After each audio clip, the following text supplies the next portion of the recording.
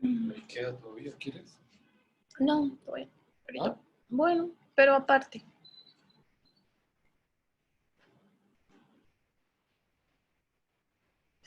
A ver.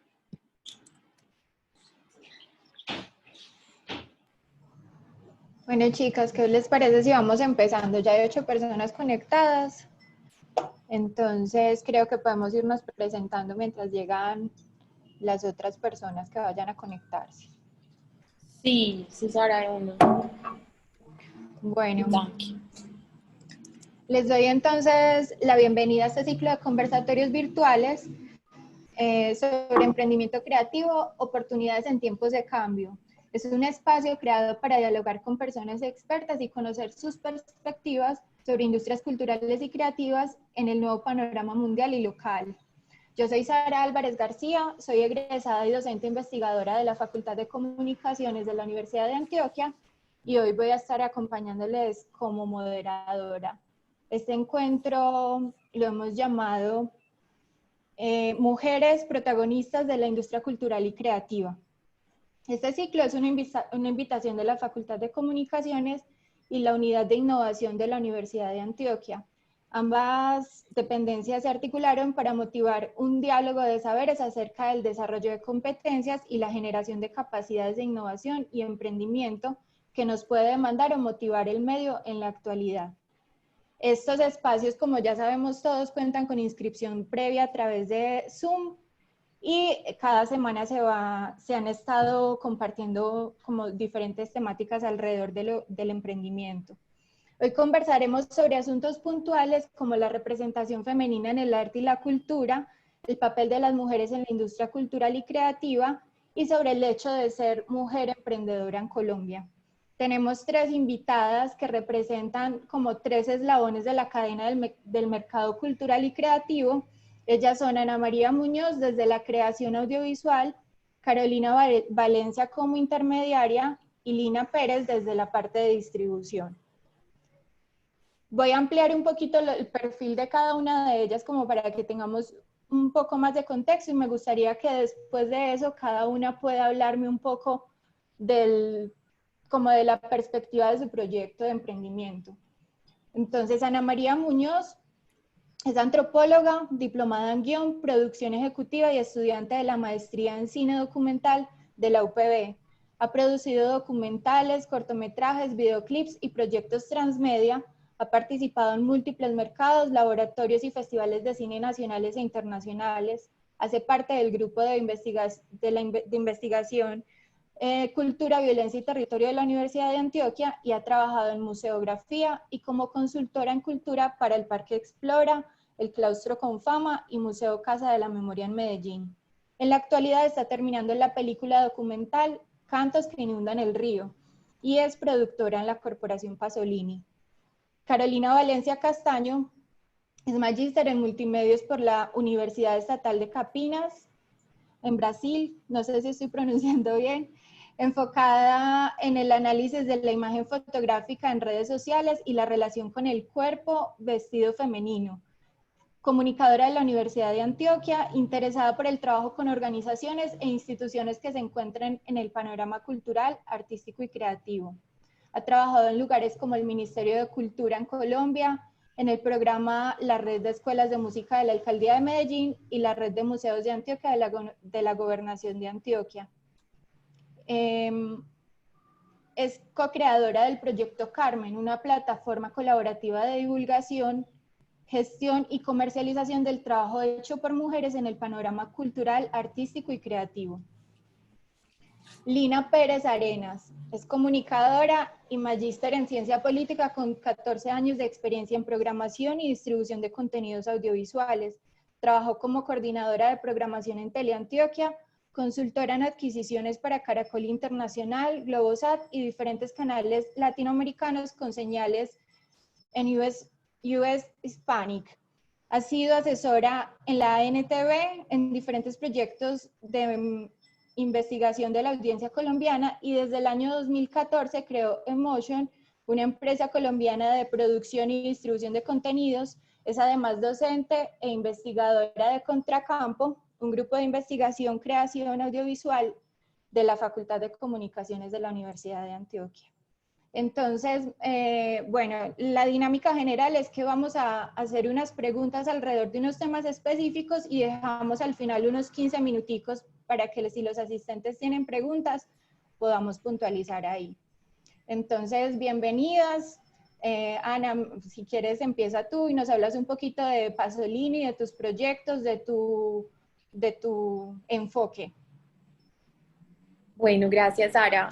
Un abrazo para todos los que están acompañándonos hoy. Pasolini nace en el año 2002 como con la intención de trabajar en torno a la imagen de la juventud de Medellín. Acababa de suceder la Operación Orión y pues estábamos un poco cansados de que la representación de tanto de los jóvenes como de las personas de las periferias de la ciudad fuera siempre asociada al miedo, al peligro, bueno, como unos estereotipos muy complejos. Yo soy antropóloga, como dijiste al principio, y bueno, nosotros lo que queríamos era trabajar en torno a la imagen de las personas, o sea, como a la configuración de un estereotipo. Y lo que empieza a hacer Pasolini, que es como también lo que traza la ruta, es pensar junto con los territorios y los sujetos que viven ahí, cómo quieren ser mostrados y hacer con ellos propuestas audiovisuales para precisamente como dialogar con esos estereotipos y ampliar la mirada, ampliar las formas en que somos vistos, las formas en que queremos ser vistos, pero sobre todo desde lo que se llama también la soberanía audiovisual, que es como tú ser dueño de tu propia imagen y de los sistemas visuales que... Perdón, es que llegó conmigo. Y de los sistemas visuales que te representan. Y eso trazó la ruta desde el principio. El proyecto fue como muy exitoso en ese momento, pues tuvo mucha difusión y desde ese instante como que trabajamos desde la etnografía audiovisual para configurar como historias muy críticas y muy creativas, tanto en la ficción como en el documental y en proyectos transmedia, para precisamente preguntarnos todo el tiempo por la imagen que nos representa. Y esto aplica para género, sexo, raza, edades, lugares de procedencia, porque hay estereotipos de todo. Y eso tiene un rol político muy importante y la imagen tiene mucho que ver en la construcción de ese estereotipo. Entonces eso es lo que hacemos. Perfecto. Cara, si quieres seguir tú. Bueno, hola a todos. Bueno, con Proyecto Carmen, nosotras lo que siempre hemos buscado es motivar y visibilizar el trabajo hecho por mujeres en el panorama cultural, artístico y creativo. Cuando Proyecto Carmen surgió, que fue, nosotros lo iniciamos en 2016, comenzamos dos amigas, simplemente por una inquietud personal, realmente de todo el tiempo, y como muchos de los proyectos que nosotros hemos hecho son como más desde esas preguntas que tenemos, de esas curiosidades y viendo a veces necesidades que eran pues como claras en esa época, fue desde 2016. Y nos planteábamos, a nosotros siempre nos gustaba ver el trabajo, nos gustaba ver mucho pues como el trabajo hecho por mujeres. Y decíamos como qué tal si creamos un Instagram y pues empezamos a mostrar obras de mujeres en el mundo, sin ninguna pretensión, sin ningún nada.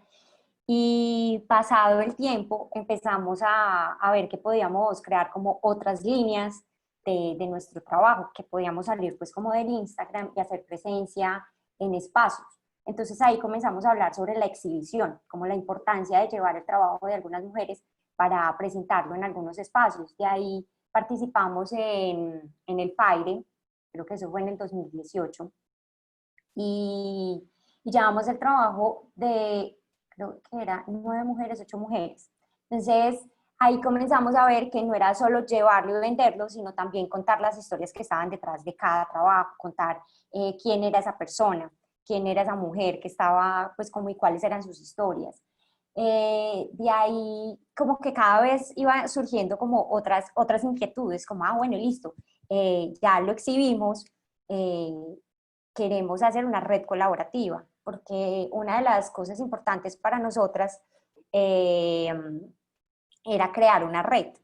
De ahí también empezamos a ver que esto es lo de hacer un trabajo colaborativo, empezamos a crear convocatorias, convocatorias que hablaran de algún tema, visto desde la perspectiva femenina. Nunca dijimos como que tenía que ser un trabajo que tocara solo temas femeninos, sino simplemente como temas de creatividad, de creación, de cómo nosotras tenemos, digamos, nuestros procesos, y cómo ellas también, pues como tienen sus espacios y sus encuentros con ellas mismas. Entonces de ahí, por ejemplo, este año, bueno, de ahí ya empezaron a juntarse otras personas al proyecto, y todo ha sido pues como así, como red colaborativa entre nosotros.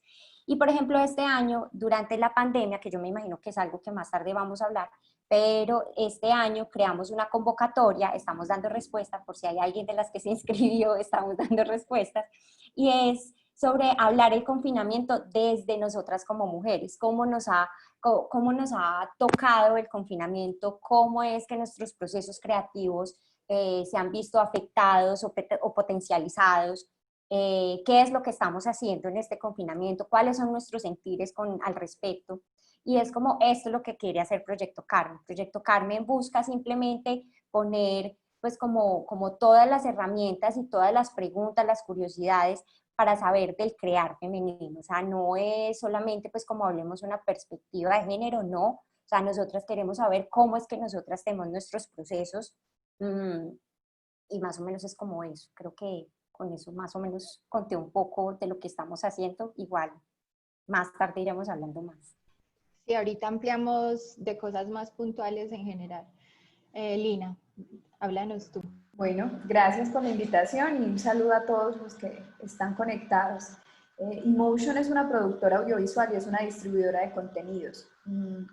Nace en el 2014, después de tener una experiencia especialmente en el mercado US Hispanic, que es un mercado cada vez más creciente en Estados Unidos que demanda contenidos producidos en Latinoamérica o contenidos en español. Entonces ahí vi una oportunidad de negocio súper interesante. Yo había tenido experiencia en Colombia trabajando con muchos canales, trabajé primero en el sector público, después en el sector privado y después en Estados Unidos. Conocí más como este mercado. Cuando regreso a Colombia decido empezar ¿cierto? Después de haber sido, estado en todos los canales y ser empleada, digo, bueno, es el momento de emprender. Y arranca esta productora con una línea clave de distribución en la que buscaba ofertas de programación al alcance de canales pequeños. Inicialmente surgió así, ¿cierto? Canales pequeños, dígase canales públicos, ¿cierto? O canales privados de cuotas de pantalla mucho más pequeñas.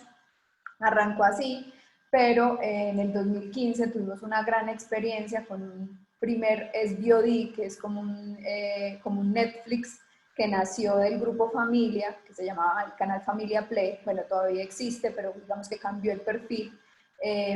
Y ese proyecto, de la mano de eMotion, pues conseguimos alrededor de 200 horas de programación. Entonces fue como un ejercicio, el primer ejercicio de cambio de ventanas y de negociación en Latinoamérica, porque hasta ese momento no se negociaban como los derechos para SVOD, ¿cierto? Era como un tema como que todavía no estaba. Y a partir de ahí vimos como una oportunidad en ver esos nuevos escenarios de distribución. Entonces actualmente el catálogo que tenemos es un catálogo que se mueve en territorios, que se mueve por ventanas, por plataformas, pero también que responde como unas demandas particulares de programación de nuestros clientes, pues que son canales básicamente en América Latina, en España, en Centroamérica y en US Hispanic, que, pues, que es un muy buen mercado. Entonces nos dedicamos a hacer distribución.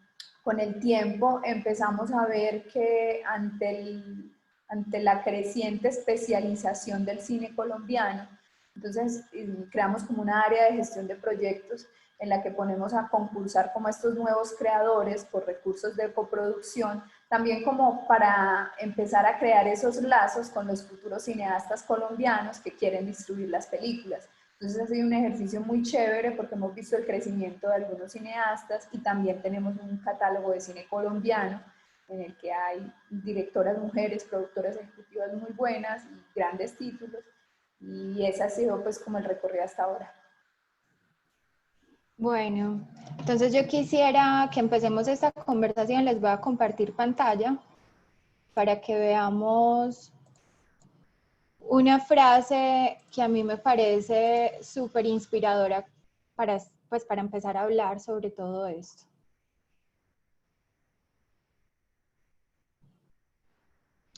Es una frase de Virginia Woolf, está en el ensayo Una habitación propia, y ella dice: una mujer debe tener dinero y una habitación propia para poder escribir novelas. Este ensayo es muy peculiar porque es toda una conversación que ella hace casi consigo misma sobre ese punto en el que una mujer escritora, porque ella se estaba preguntando específicamente por las escritoras, en que una mujer escritora, qué facilidades tiene realmente para ser escritora y qué posibilidades hay por todo el contexto de la época para ser escritora. Bueno, para empezar con las primeras preguntas, entonces yo quisiera que veamos esta imagen. La primera imagen es El hombre de Vitruvio, de Leonardo da Vinci, que todos conocemos, que es una de las imágenes más conocidas del arte. Es la representación de esa figura ideal del ser humano. Es un cuerpo masculino, pero está representando al ser humano en general. Y al lado está el retrato de una mujer joven de Botticelli. Ambos son del periodo renacentista, tienen solamente 5 años de diferencia pues de la fecha de creación, pero entonces me parece muy interesante observar aquí que el hombre de Vitruvio, el hombre como creador, el hombre como artista, y la mujer en esta época es específicamente una musa. Entonces lo que se retrata de las mujeres es su belleza o sea, su valor está centrado específicamente en su belleza, y es en general lo que se ve en el arte de la época. Entonces, la primera pregunta que les quiero hacer es: ¿cómo sienten que se han transformado esos roles de género en la producción artística y cultural? Y si sienten que de alguna forma se mantiene esa estructura del hombre artista y la mujer musa.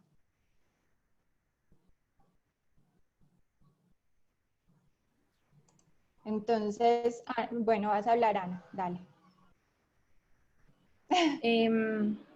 Pues, a ver, yo quería arrancar por la frase que compartiste, que me parece muy poderosa también.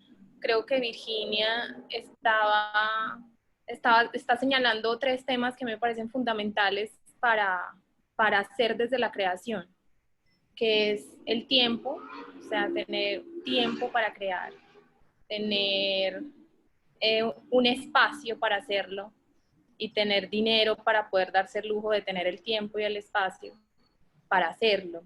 Eso yo a veces siento como que lo damos por hecho en la actualidad y eso es una lucha que costó mucho a las mujeres, muchísimo, nos costó mucho, mucho dolor, muchos asesinatos, muchos hijos que se tuvieron que separar obligatoriamente de sus madres cuando quisieron independizarse, trabajar, no había un gobierno sobre sí mismas, creo que es lo que señala Virginia, que además era una mujer muy angustiada, no solo por lo que le pasaba en su cabeza, sino precisamente por los dolores de la época que le tocó vivir y ver. Entonces yo creo que ahí ella señala esos 3 elementos, el tiempo, el espacio y el dinero, que creo que son valores preciosos, que las mujeres cada vez más como que tenemos que cuidar y sobre todo gobernar, porque la intimidad es algo que es necesario también para el trabajo creativo y del artista. Ahora, como con las transformaciones, yo creo que hace muchas mujeres están tratando, y mucho me refiero a siglos, de tener una presencia más fuerte en lo público. No hay duda de que hoy en día hay mucha mayor divulgación, hay mayor exhibición. Lo que hace el proyecto Carmen es eso, por ejemplo, darnos a conocer esos nombres, proponer temas, impulsar esos procesos, pero pues hay mujeres que lo han hecho solas hace mucho tiempo y yo creo que sobre todo la gran diferencia de lo que pasa actualmente es la cohesión entre mujeres. Eso antes era un elemento muy solitario, o sea, eran mujeres, yo no creo que eran pocas, creo que sí eran muchas, pero no estaban tan conectadas, porque era bastante mal visto la reunión femenina, pues, o la reunión de mujeres más que femenina, porque ahí había mujeres de todos los tipos, no solamente femeninas. Pues me refiero a que pueden haber mujeres lesbianas en esas reuniones y aún así siendo mujeres, ¿no? Bueno, y sobre todo siento que las redes han ayudado mucho a eso, como a la interconexión entre nosotras, a conocer los trabajos mundiales que hay, como nuestra huella en el tiempo y en el espacio, y eso ha ayudado mucho actualmente a que tengamos como una transformación de roles. Pero sí ha existido hace mucho tiempo y creo que no hay que darlo por sentado. Eso es una lucha permanente, eso es una lucha en los hogares, en las familias, en las universidades, en las empresas, en el metro, o sea, en todas partes. Hay un poco como que hacerse un lugar, hacerse su propio lugar. O sea, no hay nada peor que momentos en el metro en los que tú estás tratando de escribir o leer y alguien se te hace demasiado cerquita, como encima tuyo. Entonces, como cosas muy cotidianas que no te permiten como relajarte contigo misma, con tu cuerpo y con tu pensamiento para hacerlo. Y eso yo siento que está en transformación, como te digo, pero es una cosa que no podemos dar por sentado y que tenemos que heredar y sobre todo reconocer los antecedentes que tenemos, que han sido muy importantes, porque pintoras del Renacimiento también hubo, son poderosas, como tienen una línea de trabajo interesante. Sí usaban otros nombres, o muchas de ellas, sus trabajos fueron robados y puestos con el nombre de un pintor famoso o no famoso, el duro del taller. Entonces, como también ir nosotros en esa lucha también en el tiempo, o sea, quiénes fueron las que nos antecedieron y cómo encontrarlas, porque ahí están. Y incluso la representación de la mujer en ese periodo, pues digamos en el Renacimiento suele ser como muy bella, muy pulcra, pero hay otras, o sea, por ejemplo, la pintura holandesa, bueno, está la que más conocemos, la de la joven del arete de perla, digamos que es más o menos contemporáneo, aunque es un poquito posterior, pero también hay todo un trabajo sobre la mujer en la cotidianidad, como sus momentos en la casa, ese trabajo de las mujeres de lavanderas. Yo creo que hay también como otras representaciones en el mundo en ese momento que vale la pena buscar, en, no sé, en África, en Latinoamérica, por ahí deben haber huellas de eso, de lo que hacíamos. Los textiles, por ejemplo, son una muestra de nuestro trabajo de pensamiento y de creación hace miles de años. Entonces, yo creo que es una tarea también buscarlo y apropiarnos de esos lenguajes y de esas luchas desde hace muchos años, pues. Sí, yo creo que estás tocando un punto muy interesante ahí, es precisamente que hay un arte que es el arte que se consume como de forma general, que es el arte que se conoce, por decirlo de alguna manera, como en masa, pero hay otro arte que hay que empezar a buscar y precisamente como salirnos de esos estereotipos para buscar de pronto, no, por ejemplo, en el mundo audiovisual, mirar más películas de mujeres dirigidas por mujeres, que no son tantas, que no hay tanta cantidad de nudos locos y que igual tocan otras inquietudes y tienen otras perspectivas y otras visiones pues como muy interesantes. Ana y Caro quieren hablar algo de esto. Sí, yo quería pues Dale, Caro. como, estoy muy de acuerdo con muchas de lo que Ana María habla, y también voy como en la línea que hay que verlo también pues como el mundo artístico y creativo tiene un panorama enorme, o sea, tenemos la arquitectura, tenemos a la parte de la escritura, tenemos la parte de diseño, diseño de vestuario, diseño industrial, o sea, hay muchos espacios que las mujeres han conquistado, claramente, que también es una lucha y pues como unos logros muy recientes, porque no es una cosa pues, o sea, siempre fue muy anónimo, siempre fue usando el apellido de otro, los seudónimos, muchos de los trabajos anónimos de lo que cuentan historiadores, muchos dicen que detrás hay un nombre femenino, hay una mujer que los produjo, que los hizo. Y por ejemplo, que ahorita que decía Ana María, pues como toda la parte de cómo ha sido el proceso también de artistas latinoamericanas, tenemos nada más a la artista amada Débora Arango, que luchó y mostró un montón y puso el dedo en la llaga en muchos temas en su época reciente. Eh, entonces, sí, sí hemos ganado espacio, pero también tiene que verse como desde qué puntos. O sea, por ejemplo, una de las socias del proyecto Carmen es arquitecta y ella nada más, pues nosotras revisando y pues como conversando sobre los temas, muchas veces ella me dice, Caro, yo siempre llego a cualquier espacio, eh, ella es docente y ella dice, yo llego a cualquier espacio y son 5 arquitectos y yo la única mujer.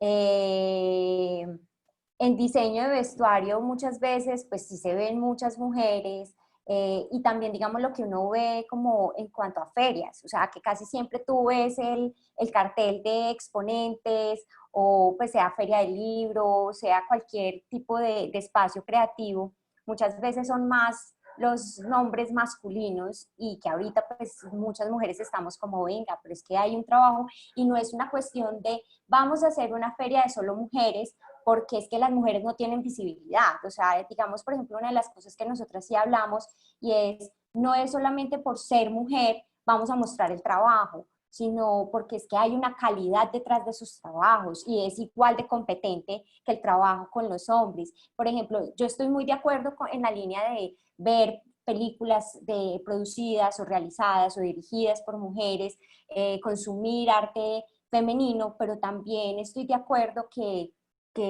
hay que ver de ambas partes, o sea, porque igual, por ejemplo, para mí y para Proyecto Carmen no se trata de una lucha entre ellos, ellos han hecho, nosotras pues, sino también de buscar un equilibrio de cómo nos podemos catapultar juntos, o sea, como no es solamente como una lucha de género, porque también pienso que no se trata de eso, y históricamente también y actualmente yo creo que hay muchas cosas que están cambiando en esa vía, o sea, el sí, mostrar y visibilizar el trabajo que nosotras hacemos, pero también cómo podemos trabajar juntos, o sea, cómo podemos estar en un equilibrio. Porque a veces también yo creo que me salté como a otros espacios, pero es como eso, o sea, ha sido una lucha que ha sido ganada. Por ejemplo, yo a veces, yo doy clases de bordado y yo bordo, y yo siempre les decía a las estudiantes que bordar es un acto muy egoísta, o sea, como que lo vieran como una actividad egoísta, que es un momento en el que realmente cada una tiene un espacio consigo misma, porque la mujer siempre está ahí disponible para atender. Por ejemplo, una de las cosas y de las problemáticas actuales con el confinamiento es que a la mujer se le triplicó la carga laboral porque tiene que estar pendiente. Igual, hay muchos hombres que les está tocando también de la misma forma, y eso no lo podemos dejar, pero obviamente siempre la función primaria del hogar está puesto en la mujer. Y yo siempre les decía a mis estudiantes como vea, cojan el bordado, porque casi siempre es como, ay, las mujeres bordan porque es la actividad doméstica, pero yo les decía, no, es un momento que usted tiene para comunicarse con usted misma, para pensar todas esas temáticas y todas esas cosas que usted no tiene resueltas y que quiere ir más allá de eso. Entonces, como que también yendo en la línea de Virginia Woolf, que para todos necesitamos un espacio propio para crear, o sea el área que sea, pero nosotras como mujeres tenemos a veces que tener un espacio egoísta, porque como todo el tiempo somos las llamadas a estar pendientes, disponibles, dispuestas y estar colaborando y apoyando, pues necesitamos ese espacio entre nosotras mismas para que podamos producir real y tener una concentración diferente. No sé si me fue por muchos lados, pero pues es más o menos eso que... Bueno, yo también quería decir algo al respecto, también porque, como recordarán, yo me muevo efectivamente en eso, en lo masivo. Y contrario como a las posturas de efectivamente ver estos escenarios como independientes, yo creo que el gran avance de lo femenino está en el poder, ¿cierto? O sea, lo importante es que la mujer tenga poder. Y en la industria audiovisual, cuando la mujer tiene poder, eso se ve. Entonces, yo sí creo que estamos en un tiempo clave en el que la discusión sobre el poder se está dando y que hay muchas mujeres con un nivel altísimo de poder. Miremos quiénes son las vicepresidentas ejecutivas en Fox.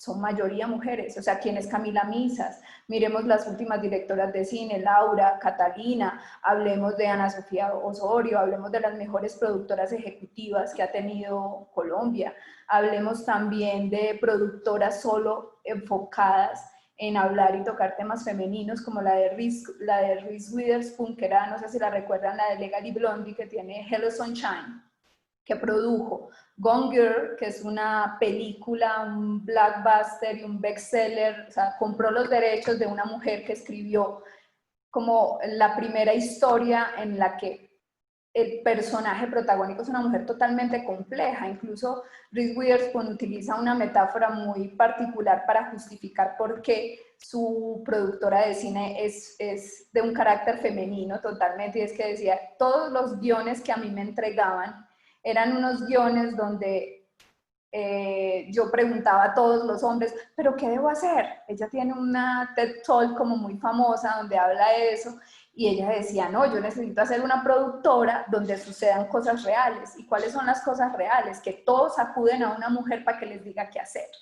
Y sale Hello Sunshine, que es fascinante, produce Big Little Lies, que es la historia de 5 mujeres complejas, tratando de encontrar en su rol pues como diferentes cosas. Entonces yo creo que pues lo que yo entiendo en el círculo en el que me muevo es que la apuesta más concreta es la apuesta por el poder, porque el arte tiene unas relaciones de poder impresionantes. Entonces cuando tú tienes poder, tienes capital, haces las películas que quieras, les pones el enfoque que quieras y representas. Porque para mí esa mujer musa era la mujer musa representada desde la óptica del hombre, ¿cierto? Que la admira en su lógica de belleza. Hoy en día nosotras somos hacedoras, ¿cierto? Y podemos tener otras musas, pero cuando una mujer escribe, o sea, cuando uno ve los guiones de Carolina Agudelo, por ejemplo, cuando uno ve guiones de Juana Uribe, o sea, uno siente, ¿cierto? Siente que hay poder. Y yo sí creo en la industria audiovisual, que además es, pues, mejor dicho, yo vendo contenidos, pero yo también me muevo entre productos culturales. Y para mí el poder masificar ese poder, o sea, el poder representar a la mujer en todas sus dimensiones es como de las cosas más importantes que he visto en la evolución en el último, pues en los últimos años. O sea, te digo, yo llevo 11 años yendo y asistiendo a ferias audiovisuales donde cada vez hay más ponentes mujeres. Claro, yo me muevo también en una industria, o sea, digamos que en términos de roles de género es muy habitual ver a productoras ejecutivas. Yo incluso, porque como hay una diferenciación entre productora ejecutiva y productora de campo, ¿cierto? Pues contrario, por ejemplo, a lo que decía Carolina, decía sí hay muchas directoras de vestuario, pero yo estoy hablando como en los cargos directivos, ¿cierto? O sea, ¿quiénes son los cargos directivos? Productor ejecutivo, director, ¿sí?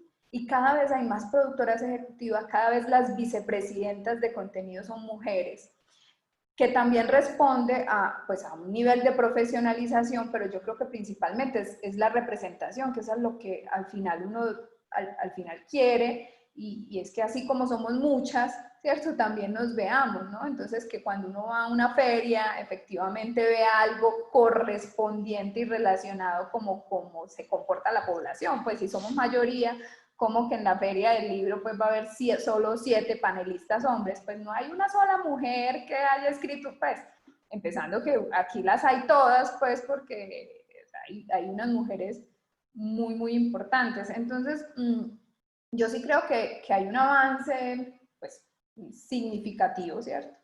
Y creo también que es un avance que es más contundente cuando se logra entrar a círculos de poder, porque si no se sigue estando pues uno como en eso se llama pues como las áreas blandas, por así decirlas, ¿no?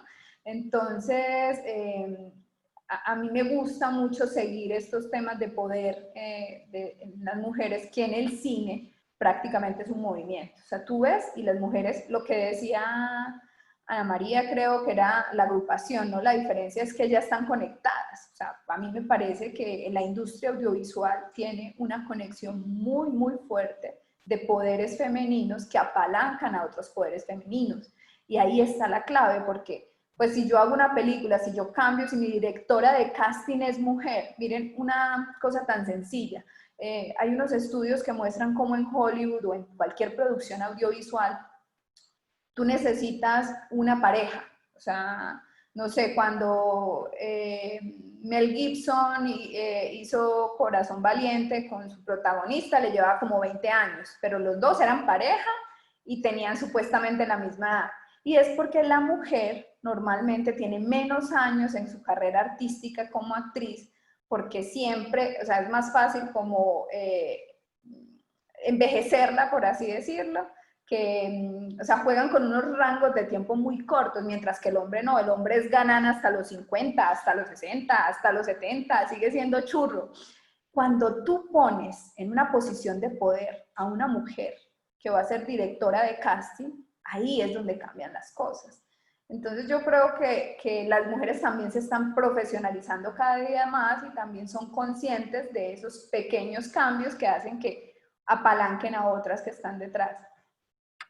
Yo quería ahí completar, digamos que no solo en la industria, pues como del cine, o sea, nosotros acá nada más en Medellín se ve mucho como los museos, muchas de los grandes museos que tenemos en Medellín han sido directoras las que los han, pues han sido mujeres las que han dirigido estos museos, el Museo de Antioquia, el MAM, la Casa de la Memoria, o sea, son museos que han dirigido últimamente mujeres, o sea, realmente se ve que esa posición de poder lo están, secretarias de cultura también han sido mujeres últimamente, o sea, como que sí hemos estado llegando a unos espacios de poder y de dirección que nos está también pues dando, abriendo caminos, que es como una de las cosas que nosotras hablamos mucho, es como de abrir el camino para otras mujeres, o sea, todo bien, entre todos, pero pues nosotras nos estamos apalancando entre nosotras mismas.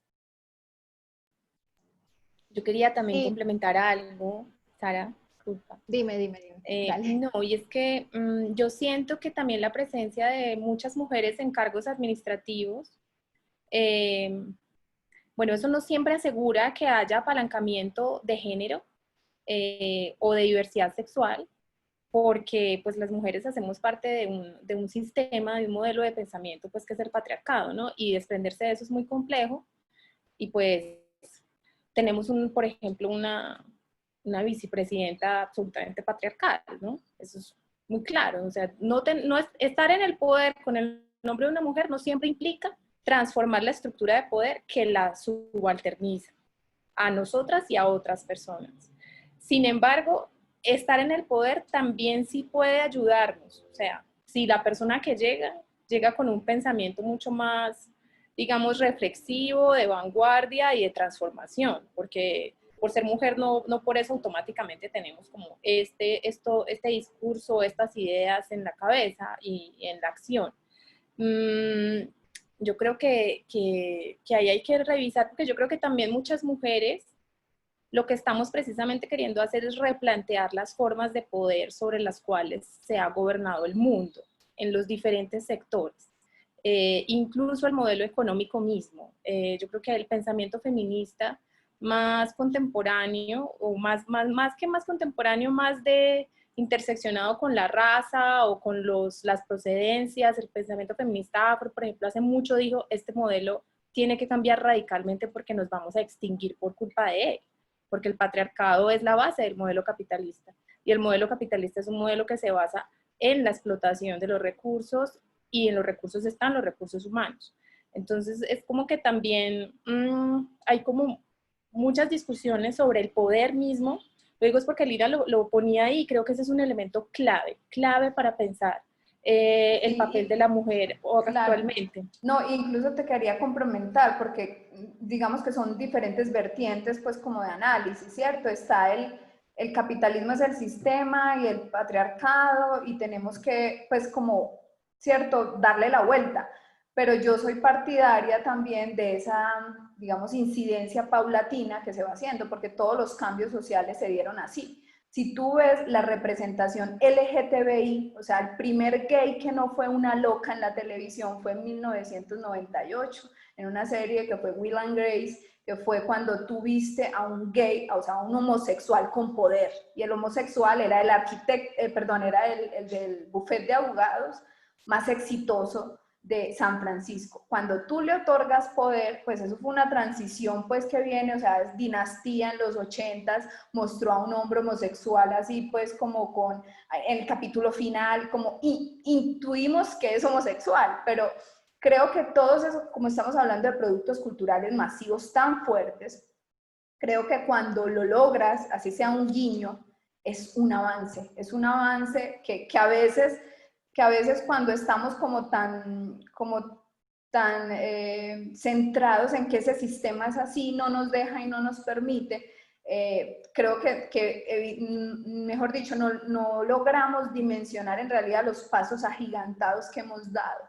Yo todo el tiempo, o sea, mi vida es estar al lado de 18 pantallas, pues, cierto, viendo todo lo que sucede. Y a veces ni me queda tiempo, pero trato. Shonda Rhimes, no sé si ustedes saben, es una de las creadoras con más poder pues en Estados Unidos y es la guionista de Grey's Anatomy. Y Grey's Anatomy salió nuevamente en Netflix. Y a mí pues como que me llega y me dice, tenés que verte el capítulo tal, porque bueno. Y era un capítulo que ella dedica exclusivamente a una mujer que fue violada, ¿cierto? Y cómo la tratan, pues todo el protocolo, o sea, es un capítulo solo en el protocolo de cómo atender a una mujer que fue violada y una mujer que además dice, pues es que me violaron por mi culpa, bueno, en fin. Pero yo lo que les quiero decir es que es un capítulo completo, que estamos hablando que simbólicamente lo que representa, o sea, las series de médicos en Estados Unidos son las series de mayor audiencia, de médicos y de abogados, porque eso dialoga con un estereotipo del héroe americano, que es bomberos, abogado, policía, pues institucionalizado, bla, bla, bla. Y bueno, de eso hay mucho tema, pues como para recorrer, pero pasar de Grey's Anatomy, que es una versión que además los estadounidenses la llaman como una versión más telenovelera de lo que fue ER, que fue médicos, hombres, todos súper poderosos, haciendo y deshaciendo, pues, y vamos a Irak y no sé qué, a Grey's Anatomy, donde la que va a Irak también es una mujer médica, pues hay un cambio, o sea, son 25 años de historia, son 20 años, perdón, de diferencia, pues, pero digamos que se intercalan unas temporadas con otra y pucha, uno ve en 5 o 10 años un avance en temas impresionante. Es que es más, cuando tú ves las reemisiones de Betty la Fea, tú ves cuánto hemos evolucionado y cuánto vemos que no entendíamos antes, como, ay, esto no puede ser, pues, o sea, está Betty, ¿cierto? Sí, yo creo que en definitiva como que va de la mano de la representación en dos sentidos. La representación como esas cifras de mujeres que tienen presencia en el poder, pero la representación también de esas mujeres que están ahí metidas en el poder, esas perspectivas que hacen posible representarnos a las mujeres de otras formas, desde otros puntos de vista y desde otras miradas. Yo creo que es como muy interesante pararse en ese punto a mirar las dos clases de representaciones que pueden darse ahí. Bueno, les voy a compartir pantalla nuevamente para que pasemos al siguiente punto.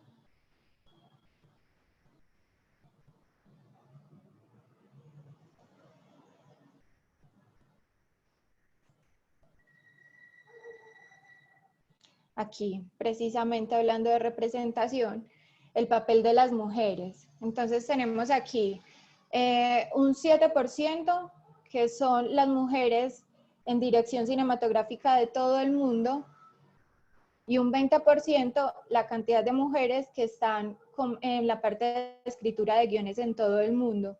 Esto es de un artículo de la Organización Mundial de la Propiedad Intelectual del 2018. También el artículo dice, en el mercado mundial de las subastas, las obras de arte hechas por mujeres se valoran menos que las hechas por los hombres y que además en Estados Unidos en los registros de derechos de autor de obras escritas por mujeres es 2 veces superior al de escritas por hombres, es 2 veces superior al de las escritas por mujeres. O sea, las mujeres casi no registran obras.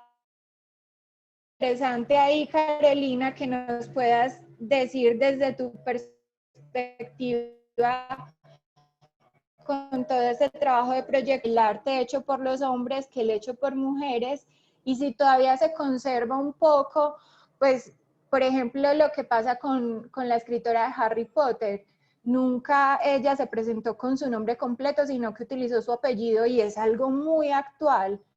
Eso todavía se da seudónimos o apellidos para que sus obras sean avaladas de pronto para tener mayores beneficios económicos. Nosotros desde Proyecto Carmen sí hemos pensado pues que sí, todavía se usa pues como la cuestión de seudónimos, se usa la cuestión de los apellidos, entendemos que el arte creado por mujeres es menos valorizado en cuestión económica, que muchas de las obras se venden en mercados independientes, que no llegan a grandes galerías muchas veces. Somos conscientes que aún pasa mucho que hay parejas artistas y que muchas veces es más la representación o pues como los espacios en los que participa el hombre o los lugares donde expone el hombre y es más como él el que se ve y el trabajo de la chica queda siempre un poco más por debajo, más atrás o participando en unos espacios más pequeños y digamos que eso es como una de las cosas que nosotras decíamos, o sea, como que pues entendemos todavía pues como la brecha que existe, porque es que es claro, o sea, y lo que les decía, o sea, en las ferias, en los catálogos de exposiciones se ve mucho eso todavía, los grandes museos todavía tienen muchos nombres masculinos en sus catálogos, y que son estos pequeños espacios en los que vemos a veces más el trabajo femenino. El Faire realmente, para mí, fue una experiencia en la que yo vi más mujeres exponiendo ilustraciones, toda la parte gráfica. yo siempre he visto como más presencia femenina, pero siempre son como en estos pequeños espacios, en independientes, en hagamos pues como todas colegaje y vamos a abrir el colectivo. Por ejemplo, ahorita y últimamente hay muchos colectivos del tipo de Proyecto Carmen, cada uno con unos enfoques diferentes o cada uno trabajando una línea específica. Por ejemplo, en marzo surgió Rexister, que Rexister es una red de mujeres colombianas que están trabajando para defender y apoyar toda la industria audiovisual producida y hecha y realizada por mujeres. Está en Chile, creo que se llama La Matria Fest, que es un festival musical creado y hecho por mujeres y no es solo para mujeres, por lo mismo que pasa con Proyecto Carmen. Nosotras trabajamos con mujeres, a veces participan hombres para trabajar con nosotras, pero producciones son realizadas por mujeres y desde cualquier parte del espectro. Nosotras cuando hablamos de mujeres, estamos hablando también de mujeres trans, de travestis también, de si alguien tiene un personaje, una drag o algo, también hace parte pues como desde esas identidades femeninas, pero hay ya muchos espacios que están llamando y mostrando todo esto, pero sí siento que hay como todavía esa brecha en que si hay una pareja de artistas, de creadores, muchas veces se ve más la participación del hombre en espacios grandes que el de la misma mujer.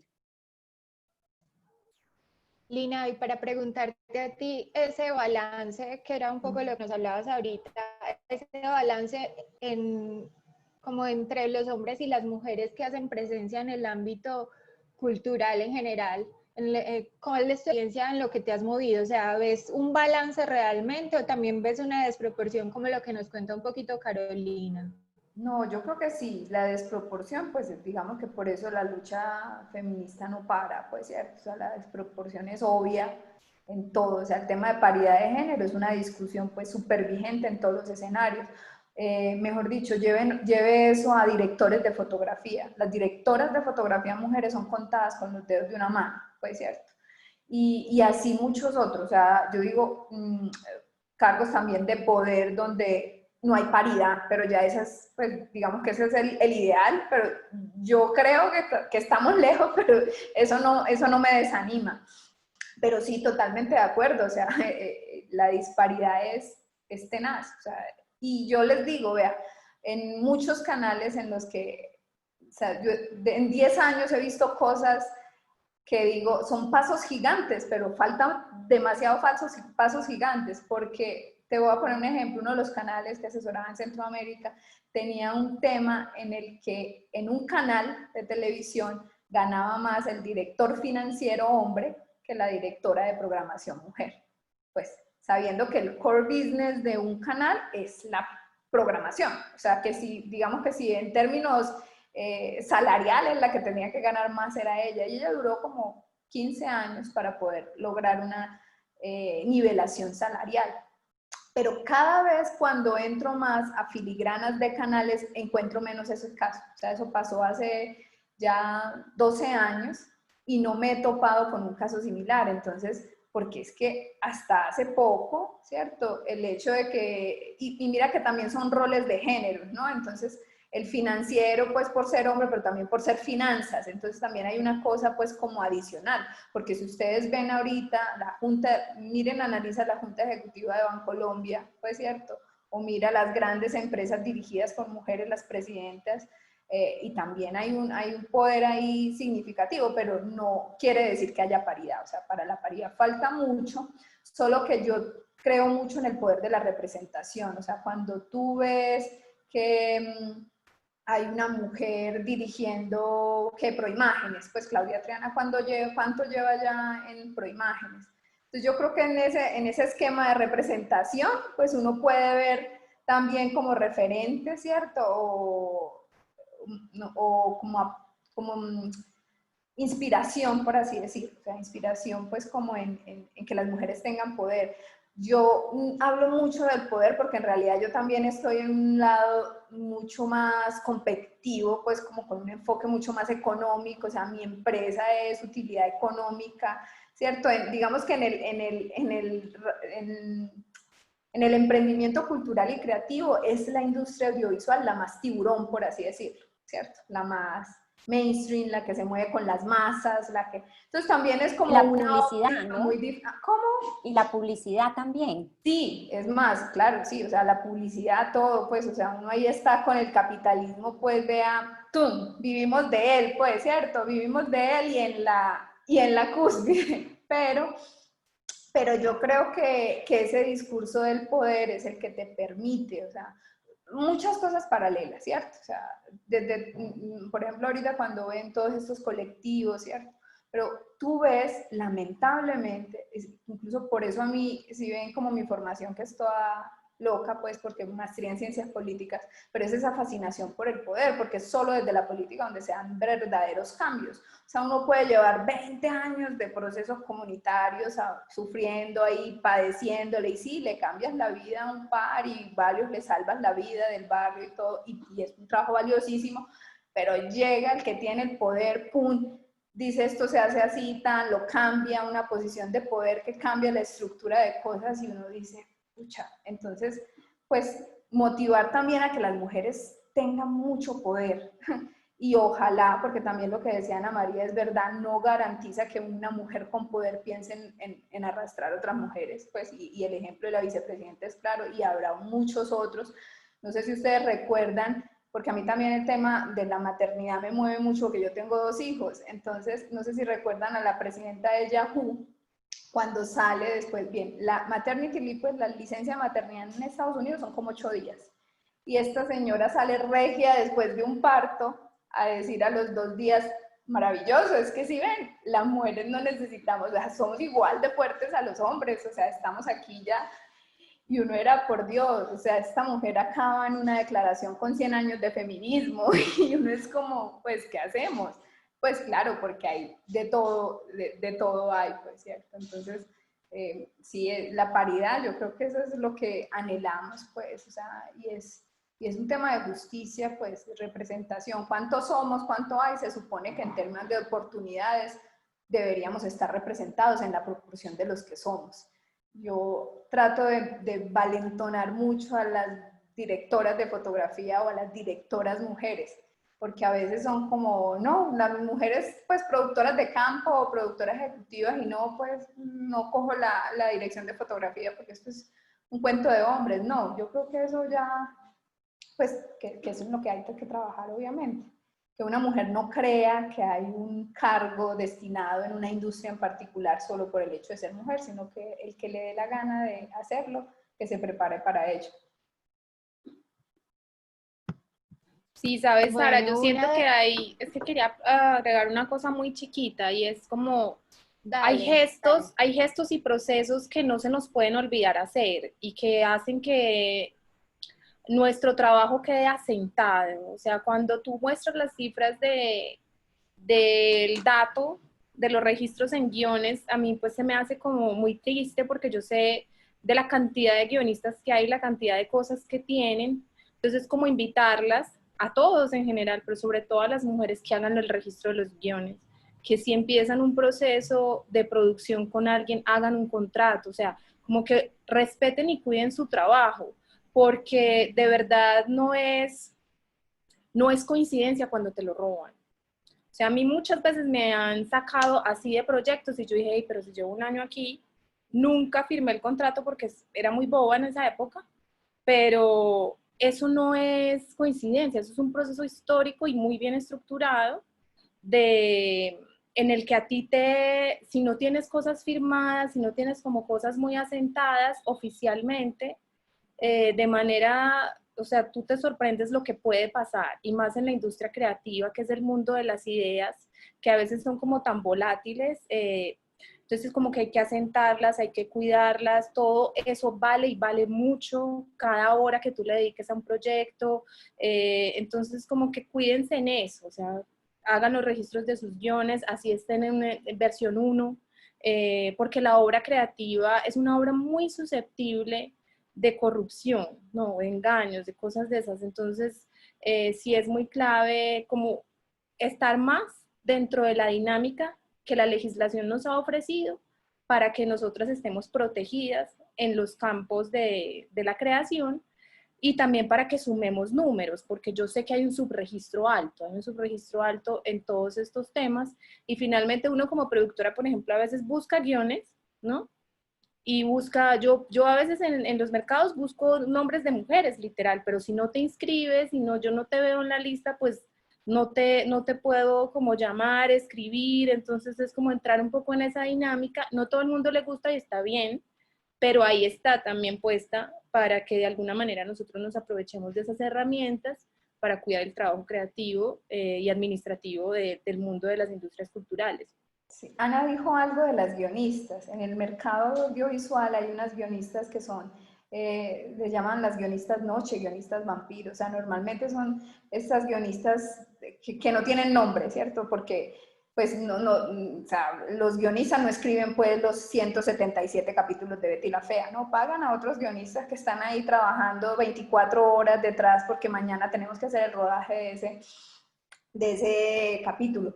Y vos decías algo, cuidémonos, también contemos esto. Sí, hay gente que puede, pero en esta industria todos tienen el ego, pues más allá, todos tenemos, yo creo, más allá de lo impensado, ¿cierto? Entonces es fácil que les guste la exhibición, por así decirlo, pero si hay que gritar, hay que gritarlo. Yo hice eso. Y ahí uno, si les cuento, pues cuántas insatisfacciones puede generar en el otro que uno diga que yo lo hice, ¿no? Pues porque cuando yo trabajaba en canales, no solo era el hecho de ser mujer, sino era de ser joven, de tener un título, de enfrentarme a manejar una móvil con 37 hombres, todos con 25 años, de cargar cables y también de saber y de estar en la... Era como, pues, esta no solo es mujer, sino también es joven, como así que... O sea, hay un montón de cosas.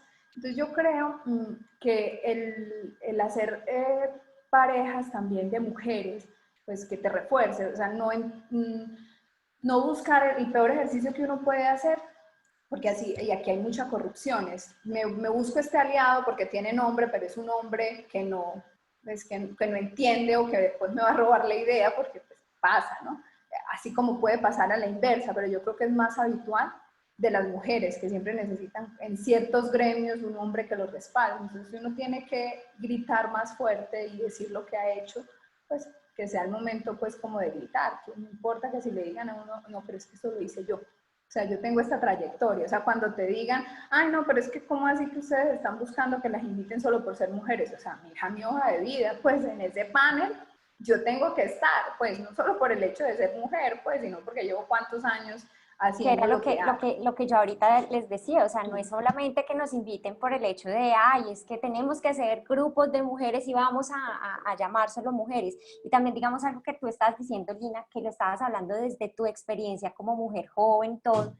Y digamos que la experiencia que nosotros estamos hablando, los avances y todo, lo podemos ver desde una mujer blanca, pero digamos el caso de las mujeres negras es otra cosa. El caso de mujeres indígenas también que hacen un trabajo es otra cosa. O sea, nosotros obviamente todo lo que estamos hablando, pues yo lo digo pues como desde mi punto de vista, es muy desde mi punto de vista mujer blanca, pues y viviendo un feminismo muy diferente al que le toca pues como y le corresponde a otras mujeres también. Precisamente de eso quiero preguntarle yo a Ana María, que tiene un poquito más de contacto con toda esa parte social desde su profesión antropológica, que la combina pues con la producción audiovisual.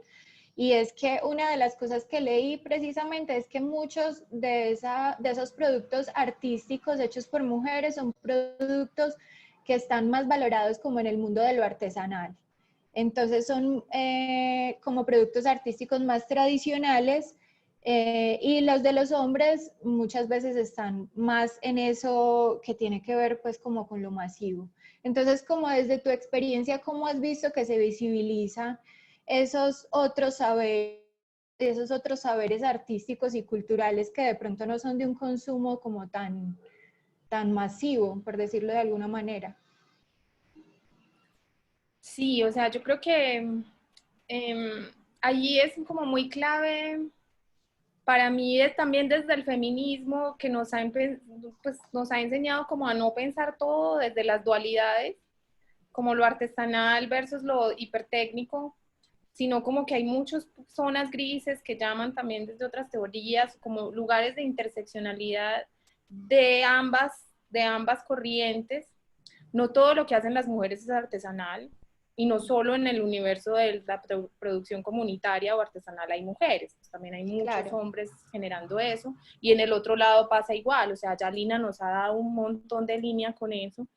Entonces lo que sí sucede es que se me hace que en la industria cultural sigue apareciendo mucho esa diferenciación, como si lo artesanal tuviera muchas veces como un lugar asociado a lo mínimo, al error, a una cosa incluso que se puede recatear, es como cuánto me lo dejas, pero eso ha ido también transformándose un poco, y no hablo aquí ya solo del cine, o sea, ¿por qué? Porque ya hay todo un enfoque también desde la economía del comercio justo y la economía circular, que precisamente antes valora como con mucho valor agregado, tal cual, el que tú asegures que tu línea de producción tiene desde la materia prima hasta la comercialización unos procesos de justicia laboral, unos procesos de inclusión, unos procesos como de limpieza en temas de energías limpias,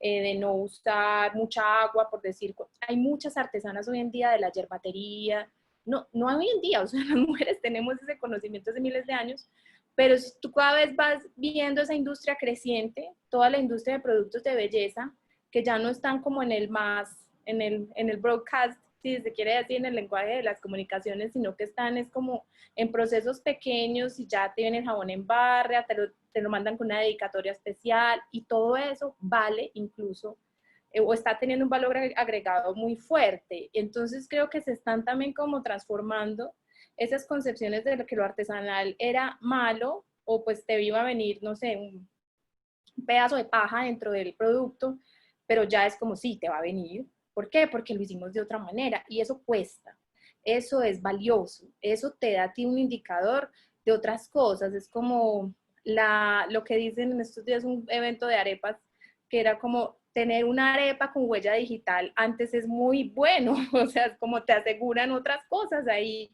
sobre la calidad del maíz y demás, y ese pensamiento de lo artesanal se devierte en muchas cosas de la industria creativa, en los textiles, en los temas como de gráficos, en los temas de la industria de la belleza, el maquillaje, por ejemplo, hoy día ya tiene toda una línea como ecológica, que muchas mujeres han hecho uso de eso y de su propio conocimiento ancestral sobre cómo aumentarte la piel sin tener que comprar una mega crema. Y bueno, ya como que en el mundo audiovisual, siento yo que eso sí ha sido como un encuentro de fuerzas muy complejo, y se me hace que todavía se hace como una línea muy clara entre la diferencia entre el audiovisual comunitario o el audiovisual que se hace como de manera más participativa y solidaria, al audiovisual que se hace como en la ruta más tipo industria.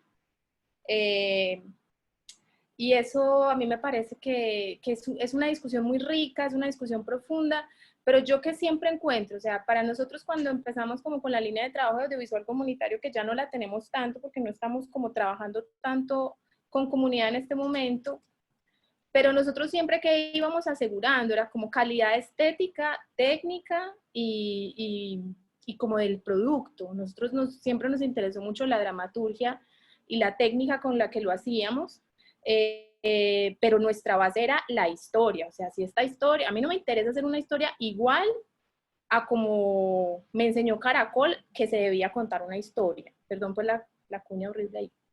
Pero ¿a qué voy ahí? Es que nuestros ojos están entrenados para ver de una manera. Y el gimnasio de esos ojos son el cine y la televisión. Ya hay otras plataformas.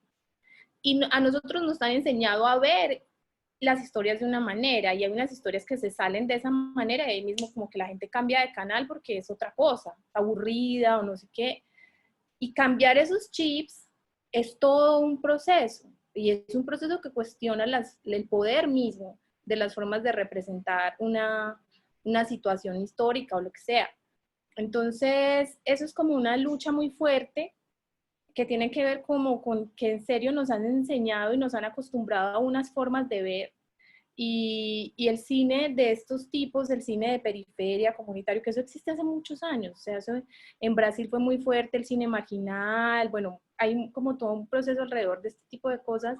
El cine de este tipo hace rato las está replanteando, les está mostrando que hay otras maneras no solo de ver, sino de hacer, porque los modelos de producción de este cine son muy diferentes. Porque el cine, como decía Lina, es muy caro. Cuando tú lo haces de ciertas maneras, es muy, muy costoso. O sea, los procesos del cine. Por ejemplo, este documental que yo estoy cerrando es un documental que bajito es como más o menos de 500 millones de pesos. Y eso tú no te lo levantas por fondos y ya, porque el Fondo Colombiano te da 120. Es un proceso de gestión muy grande para los productores, pero pues también, ¿qué pasa ahí? Uno empieza a valorar otros aportes, entonces lo que la comunidad nos ha dado, entonces los botes, la comida, un montón de cosas que se hacen es como desde la colaboración y la solidaridad y otras monedas de intercambio. Yo siento que es que también lo que generan estos modelos más artesanales es que hay otros valores de intercambio, no son solo el dinero, la valoración de los procesos o del tiempo del otro. Por ejemplo, hay muchos, en este momento en Uruguay hay una cosa naciendo que se llama los bancos del tiempo, los bancos de tiempo, perdón, y son formas de intercambiar tiempo con el otro. ¿Y cuánto vale eso? Y tú no estás haciendo un intercambio económico de plata, sino que es un intercambio económico basado en cuánto tiempo tú me das, ese mismo tiempo yo te doy, en lo que yo sé hacer. Y se generan como otros sistemas de entender la reciprocidad de los valores, que eso lo hace el cine comunitario hace mucho tiempo.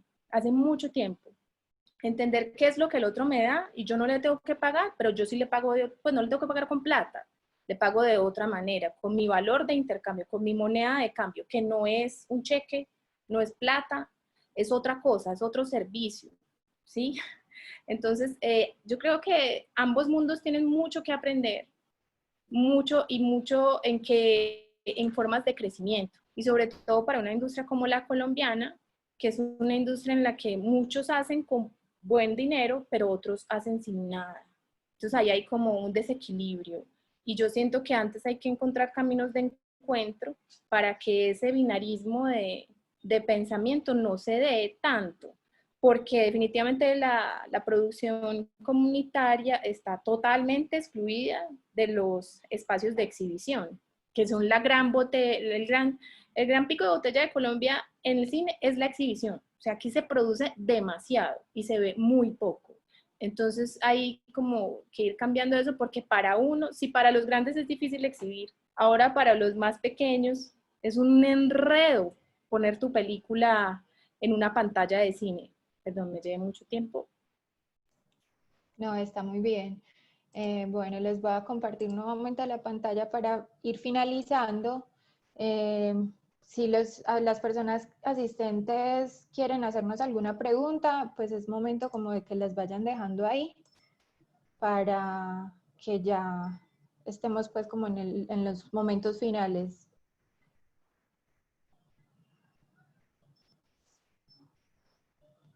Se demora un tricito esto.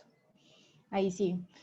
Bueno, finalmente esta es una gráfica que habla de la tasa de participación de la actividad emprendedora. No es sobre emprendimientos culturales y creativos específicamente, sobre el emprendimiento en general. Es un boletín estadístico del 2019 y en esta línea verde de arriba vemos la actividad emprendedora de los hombres y en esta la de las mujeres, desde el año 2013 hasta el año 2017. Entonces, según esta gráfica, la brecha de género en esa actividad emprendedora se ha ido acortando al pasar los años.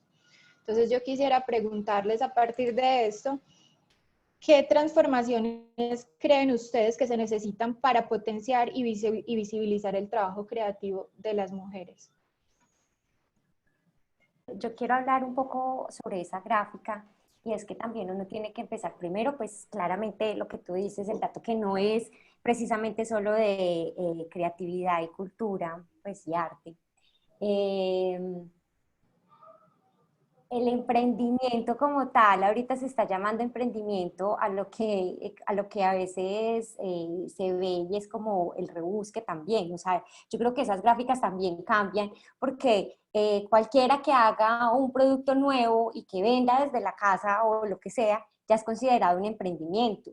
Entonces, digamos que para mí esa gráfica es un poco peligrosa para hablar que hay un corte de brecha y más porque si ves los años y el crecimiento, es una época en la que la mujer está llamada a que no solo se hace cargo de la casa, sino también se hace cargo de la economía de la casa. Y le toca emprender o crear formas para poder generar ingresos para sostener un hogar. Entonces, digamos que a mí realmente ese tipo de gráficas que hablan de emprendimiento y más como se está contemplando lo que es emprender últimamente, que es tener cualquier producto en el mercado, me parece un poco peligrosa. Digamos que frente a tu pregunta de cómo divulgar el trabajo, yo digo que uno tiene que hacer muchas cosas. Y, por ejemplo, el año pasado que estuve en el Power, o que me hablo con amigos y que hablo pues con mujeres sobre divulgación, es muy complejo porque ahorita al creador, al artista, se le está exigiendo todo, se le está poniendo la carga en ellos para todo. Entonces tú tienes que saber hacer, saber vender, saber gestionar, porque una cosa es vender y otra cosa es gestionar. Eh, y digamos que el creador no puede hacerlo todo. Eso es una cosa muy compleja, pero a la par, igual en esta época les toca. O sea, yo siempre intento darles como herramientas a muchos conocidos o dentro de nuestra misma red, de cuáles son esas pequeñas cosas que pueden hacer para divulgar y dar a conocer el trabajo. Igual también nosotras por eso también existimos. Por ejemplo, una de las cosas que nosotras hacemos, una cosa simple y pequeña, nosotras adicional de ofrecer y comercializar el trabajo de las mujeres, nosotras creamos productos a partir de esas obras, pero no porque Proyecto Carmen se quiera enriquecer con todo eso, sino que también, por ejemplo, hicimos un producto tan sencillo como un set de postales. Cada postal era una obra de una de las chicas que ha estado con nosotras, pero en la parte de atrás da todos los datos de contacto de la chica, su Instagram, su correo, sus cosas, porque nosotros, nuestro interés real no es simplemente como que se haga una transacción con nosotras, sino que también lleguen a esas mujeres. Entonces, digamos que estrategias de visibilización y comercialización, divulgación, pueden haber infinitas, pero sí hay una clara problemática en que el artista, la creadora, tiene que hacerlo todo. Y eso también es un poco peligroso porque no todas las labores se van a poder como llenar. O sea, obviamente por eso nosotras planteamos una cuestión de trabajar en colectivo, de colaborarnos, de hacer un colegaje, no solo entre nosotras mujeres, por eso yo también digo, o sea, con hombres también catapultar, pues como es, porque hay muchos hombres que están interesados en apoyarnos, muchas mujeres también que quieren y están interesadas en los proyectos. Entonces es eso, para mí es el trabajar en colectivo, o sea, claramente desde lo colectivo podemos hacer muchas cosas para quitar también responsabilidades grandes que a veces la artista o la creadora no puede llevar y no puede cumplir. Yo quería decir también algo ahí, siguiendo a Carolina, que con las cifras, pues, porque si uno se pone a ver las cifras, por ejemplo, de emprendimiento que plantea la política de economía naranja en Valledupar y dice todas las mujeres emprendedoras y es porque tienen una venta de empanadas, pues sí, o sea, hay que mirarlas con detenimiento porque a mí hay algo que del emprendimiento creo que no hemos, o sea, el emprendimiento tiene que generar una utilidad, más allá de la económica, que sea una utilidad cultural. O en el ejercicio creativo, por ejemplo, uno sacrifica utilidad económica por tiempo y espacio de creación. Entonces, entender el emprendimiento y darle una dimensión a la rentabilidad más allá de lo económico es súper importante para hablar de bienestar. Porque es que no es solo plata, pero yo sí creería que uno emprende para tener una vida digna. Y si para mí la vida digna es tener plata, pues bien, quédese con su modelo como está y que le dé plata, pues, porque yo cuando pues, tengo unos cursos de gestión de empresa y yo les digo es que si el modelo tiene que ser rentable desde lo económico, tiene que ser rentable desde lo económico, pues cierto, pero con los artistas pasa una cosa muy bella y es que puede ser rentable desde el bienestar. O sea, un músico que viva dignamente de su trabajo, que tenga tiempo para crear y que haga lo que ama, punto. Ecuación, eso ahí no funciona, costo, precio, utilidad neta, no. El tipo es feliz, pero vive con dignidad. Porque a mí ese cuento del emprendimiento también, pues como en el que todo mundo, o sea, está llevado, entonces, qué pena, pero que eso es mi diferencia con las cifras de economía naranja, cuando te dicen, no, todos son empresarios y vaya uno a ver y ni siquiera tienen salud paga, pues. O sea, entonces... Y no todos están registrados, no eso tienen es todos sus terrible. procesos, pues, y más Sí. en este mundo. O sea, es que para llegar uno a registrar una marca es un proceso. Claro, eso sin hablar de la formalización, lo que dice Carolina. Pero yo sí creo, y es más, digamos que si bien mi enfoque es muy utilitarista en términos de la gestión de empresa, por así decirlo, y busco unos réditos económicos y tal, cuando yo hablo con mis estudiantes que tienen una iniciativa cultural, yo les enseño a que todo tiene valor, que no es el económico, porque yo les digo es que en tu estructura de costos tú puedes hacer un intercambio con un canal de un canje por productos, o sea, pero que pague, o sea, a vos te costó hacer ese documental 500 millones de pesos, no lo entregues al primer canal, ay, es que necesitan exhibición, no, ellos tienen un presupuesto o tienen unas locaciones que te pueden, o sea, entrar a negociar, porque es que es muy tenaz, pero la lógica es así, o sea, siempre hay uno que se come al otro. Entonces, en ese, digamos que el conocimiento te permite, en ese ejercicio de colaboración también, saber cuándo te están tumbando y saber cómo negociar. Entonces, no es solo dinero, pero sí es esa transacción por servicio. A mí me parecía una cosa muy bella lo que hablaba Ana María del tiempo. ¿Cierto? Estos negocios, estos intercambios de tiempo. Yo tengo, o sea, yo clasifico, por ejemplo, mis clientes y es más, hasta con los estudiantes, pues cierto, si son de la UDA o si es de la escuela de ingeniería que doy un curso particular de esto, es diferente este cliente a este otro, porque sé de las necesidades. Lo mismo, yo los contenidos que busco para canales públicos no son los mismos que para canales privados y también tengo otras consideraciones, ¿cierto? En temas de negociación. Pero sí, las herramientas de negociación me ha dado es conocer ese modelo de negocio así agresivo para tratar de saber cómo meterse estratégicamente sin salir perdiendo, porque lamentablemente, y eso es lo que pasa en muchos ejercicios de colaboración no bien entendidos, porque por ejemplo incluso los gringos les funciona tanto porque ellos son tan enfoque capitalista que ellos llegan y dicen, bueno, aquí todos entramos y cada uno tiene un 20, un 30%. No, aquí es tan parroquial cuando hablamos de acuerdos de co-creación que ni siquiera están claros cuáles son los porcentajes. Entonces, el que después es el más vivo se queda con el 90 y la que trabajó pues todo se queda con el 10. Entonces, mira que sí hay que estar muy pilas en una formación que estoy de acuerdo con Carolina, al artista le toca de todo, pues, y el artista eso lo deprime. O sea, un artista, por una estructura de costos para un artista, eso es un tiempo valiosísimo que él debería estar invirtiendo en crear. Entonces, que la asociatividad no sea con mi igual, sino con alguien que me complemente. Yo siempre le digo a las directoras o a los que tienen un perfil creativo, necesitas una productora en tu vida. Pues así. O sea, necesitas una productora o un productor en tu vida. Pues que se complementen, porque el productor también no es, pues solo no puede funcionar. O sea, son unas duplas muy buenas y muy interesantes para gestionar. Y en eso que dices, hay muchos esfuerzos que están, los gobiernos pues como locales y nacionales, que están en ese afán de formar a los artistas como empresarios, formar a los artistas como esa persona que se autogestiona todo el tiempo. Y, por ejemplo, como les dije, yo ya estuve en un proceso de esos de formación, y no he estado en uno, he estado ya en varios, y es siempre como lo mismo, como cuáles son sus procesos administrativos, los legales, los contables, los de divulgación y mercadeo.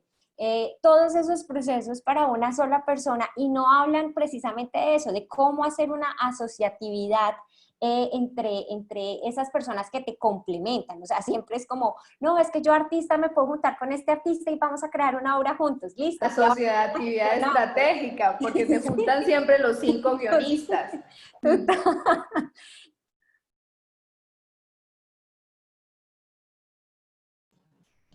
Ana, ¿quieres decirnos algo de esto para que cerremos? Mm, Pues yo estoy muy de acuerdo, siento que la medición en temas de emprendimiento en general tiene como, o sea, no es claro cómo lo están midiendo. Me parece que lo que dice Lina es muy,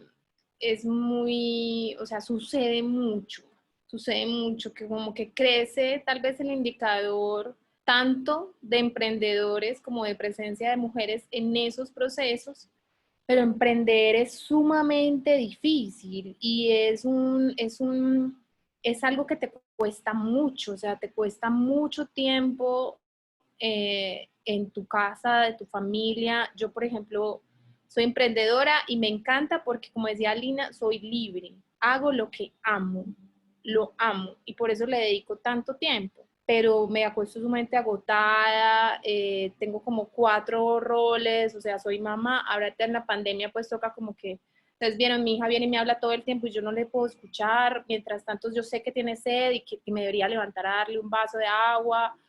Los roles de la mujer están hace mucho tiempo pensados como la triple jornada, ¿cierto? Que nosotros antes salíamos y trabajábamos y llegábamos a las casas, por decir, yo llegaba a las 6, iba donde mi mamá por la niña, y de 6 a 8 estaba con ella hasta que se dormía, igual por la mañana, y así la vida. Pero ahora es todo en simultánea, o sea, a ti te toca ser ama de casa, ser mamá, que es diferente porque ama de casa es cuidar la casa y levantar el reguero y asear, tener el trabajo en Pasolini, que es todos los días, que Señal Colombia necesita esto, que necesita un archivo, que la película tal, que el productor acá no me está generando no sé qué. Luego yo tengo otro trabajo con otra entidad para la cual asesoro cosas, hago una maestría, entonces como los roles todos al mismo tiempo. Y eso de verdad es muy difícil. Para un emprendedor es más difícil porque el peso económico o la más de tu economía depende de ti mismo, ¿no? No depende tanto de que pues sí, otros te pagan, pero te pagan es porque tú haces unos servicios para ellos.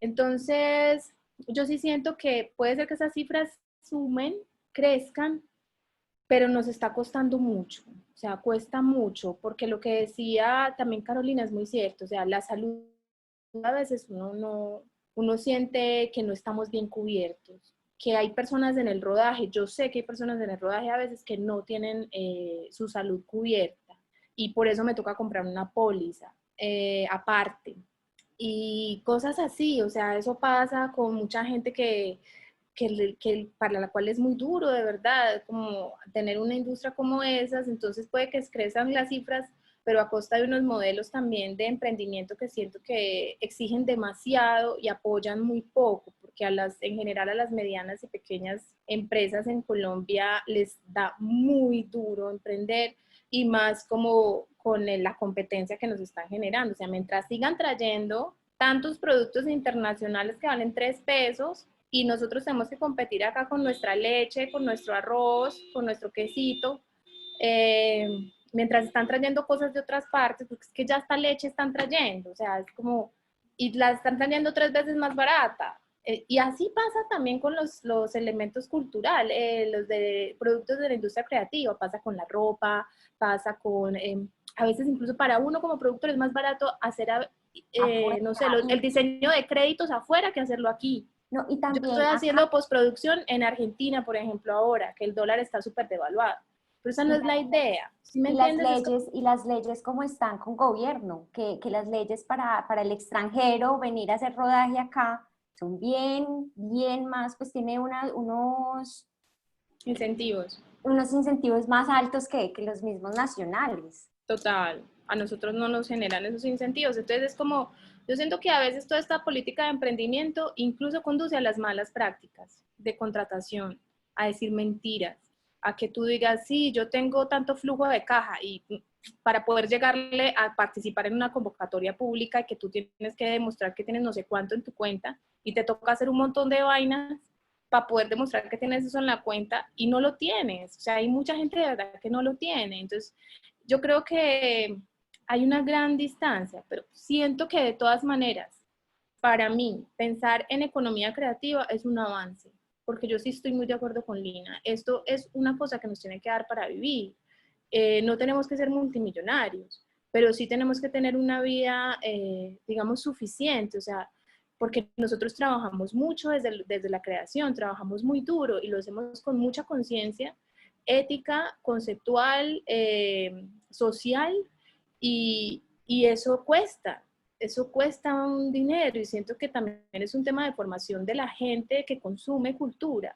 Es como, dejen de pedirnos tanta rebaja, eh, cosas así, o sea, apoyémonos entre nosotros porque siento que a las diseñadoras de vestuario ellas tienen a cada rato proyectos de líneas de vestuario, cosas así, o sea, son como actos pequeños, pero también que se reflejan después en lo grande y que ayudan a que sobre todo la industria creativa se consolide y que tengamos como sostenibilidad. Nadie está pidiendo, creo que yo, más cosas que ser sostenibles. ¿Y qué es ser sostenibles? Ser sostenibles es tener como dignidad en el trabajo, o sea, que el recurso humano funcione, que tú seas respetuoso con el medio ambiente y que tu flujo de caja tenga seguridad. Eso es lo que nosotros pedimos nada más. No, pues nada más, es mucho, pero por ahí va la cosa.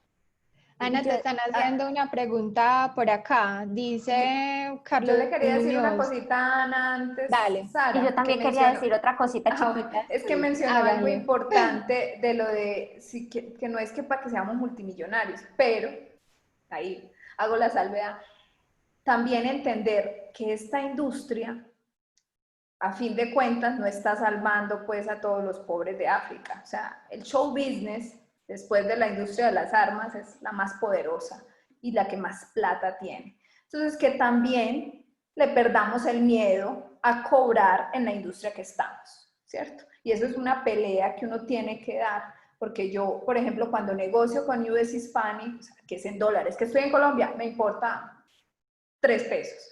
Qué pena, pero es que estamos en el show business, o sea, yo no estoy salvando el mundo, por eso les digo, categorizar el cliente es importante, porque siento que hay muchos profesionales creativos que se meten a esta industria, que lo que hace es hacer plata, y que cobran y no saben cobrar y lo que hacen es alimentar esas malas prácticas de injusticia. Y te lo digo porque todo lo que mencionaste es verdad, o sea, a mí, mejor dicho, comprar contenido venezolano en estos momentos de crisis con la relación del dólar es mucho mejor, ¿cierto? Pero yo trato en esas prácticas justas nunca de bajar el precio por solo la coyuntura, o sea, porque a mí me ha dicho, yo compro latas, por ejemplo, latas son cosas ya producidas, y a mí me ha dicho gente en Venezuela es que nosotros con ese dinero podemos hacer producción original, y yo no, es que la producción original vale 4 veces más.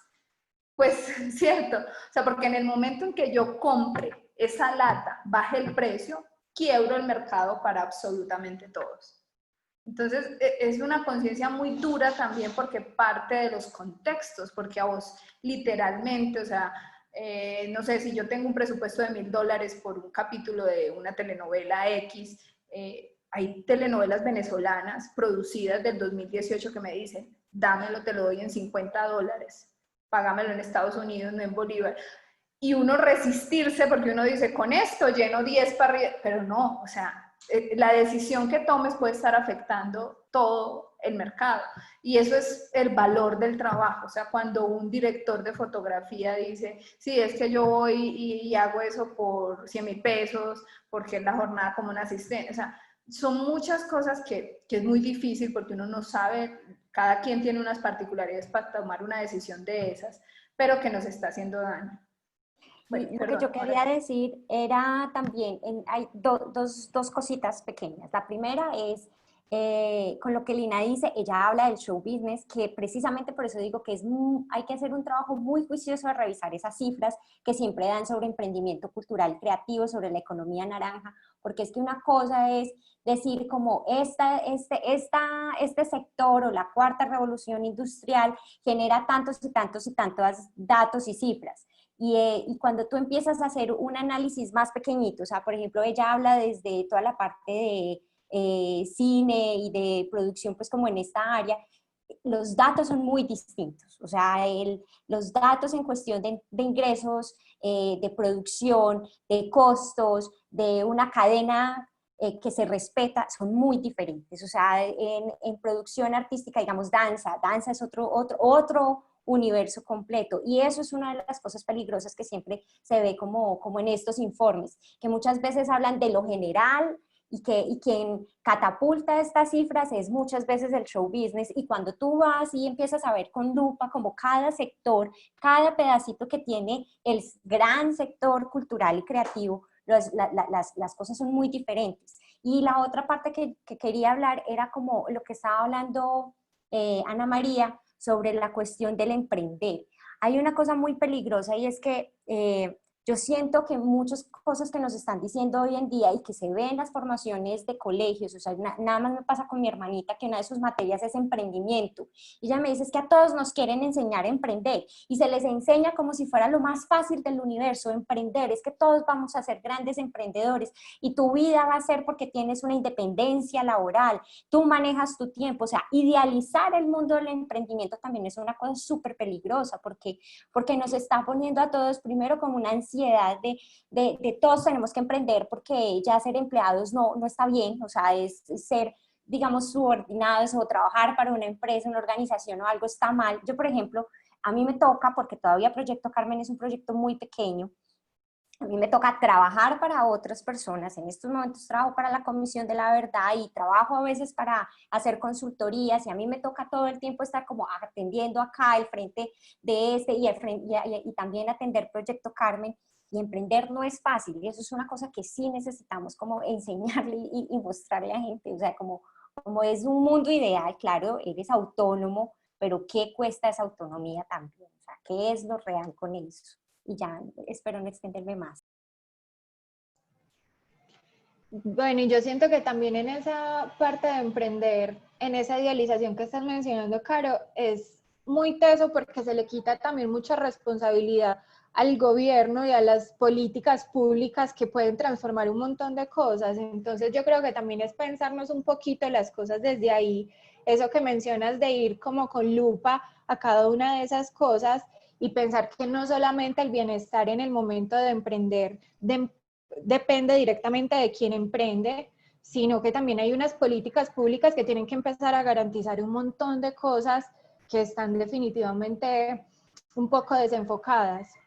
Bueno, Ana, entonces Carlos Muñoz te estaba haciendo una pregunta, dice, le pregunto a Ana María, ¿cómo le entendemos lo que dijo inicialmente, que en los trabajos que ha hecho en los territorios menciona que hay que detectar cómo ellos quieren ser mostrados? Sí, es que lo que sucede es que en el mundo de las imágenes, que es en el que yo estoy, las imágenes construyen una idealización de las personas, unos estereotipos. Entonces, cuando tú mostrabas al principio quién es el hombre y quién es la mujer, nosotros somos herederos de las imágenes del Renacimiento. Somos herederos de una visión de los hombres con ese cuerpo. ¿Qué pasa con los hombres que son gordos, que son calvos, o las personas que no tienen esos 4 miembros en su cuerpo, pues brazos y piernas? A eso me refiero. O sea, lo que nosotros tratamos de hacer es trabajar en torno a otras formas de ver a los demás, porque no todo el mundo está bajo la misma receta. De hecho, todos somos muy diferentes. Y hay que reivindicar esa diferencia desde el mundo visual. O sea, Occidente es uno de las culturas que más sistemas visuales tiene. Nosotros estamos acostumbrados a juzgar a una mujer según unos estándares de su cuerpo. Estamos acostumbrados a pensar que un chico que tenga tatuajes con, no sé, con un corte raro de su cabello, con ropa ancha, entonces por eso es pandillero o hip hopero. Eso de verdad tiene un impacto social muy fuerte. Entonces lo que hacemos nosotros en eso de cómo quieren ser mostrados es tratar de replantear cómo asociamos imágenes de una persona como con pensamientos sobre ella, emociones que nos generan, y reivindicar otros tipos de cuerpo. Puede ser una persona que es llena de tatuajes y que se vista de cierta manera, pero ser un mega ejecutivo, no tiene que ser, ¿cierto? Entonces, y eso sucede en el mundo real. Lo que pasa es que a veces nosotros leemos más a las personas por lo que la televisión nos ha enseñado de cómo verlas, a lo que nos podemos enfrentar con ellas en la vida diaria. Entonces de eso se trata, como pensar cómo los otros quieren ser mostrados, porque eso pasa mucho con el mundo afro, por ejemplo, que siempre es como el baile, la receta, el canto, que claro, eso es parte de sus costumbres, pero hay otra cantidad de cosas ahí que superan por mucho el folclore, las luchas por la libertad, el discurso afrofeminista, por ejemplo, grandes escritoras afro que en este momento hay en este país, que cuando las vemos les decimos, ay, usted viene del Chocó, no, ya son de Bogotá, son de Medellín, porque todavía como con esos estereotipos, entonces a eso nos referimos. Y la imagen ayuda a eso, trabajar imágenes que replanteen eso ayuda mucho como a abrirnos un poco más el pensamiento. Bueno, yo les agradezco mucho por haber aceptado esta invitación. Creo que se nos quedan cositas ahí como, pues, esta conversación da para una cosa súper extensa, pero les agradezco mucho porque me parece que alcanzamos a tocar cosas muy interesantes. A los asistentes les invitamos a conectarse dentro de 8 días, el jueves 20 de agosto, que será el último conversatorio, es el 8º encuentro, y el tema será el ecosistema emprendedor en la ciudad. Muchas gracias por acompañarnos. Feliz noche. Gracias a todas también, un placer conocerlas. Gracias. Gracias. Gracias a todos. Un abrazo. Un abrazo.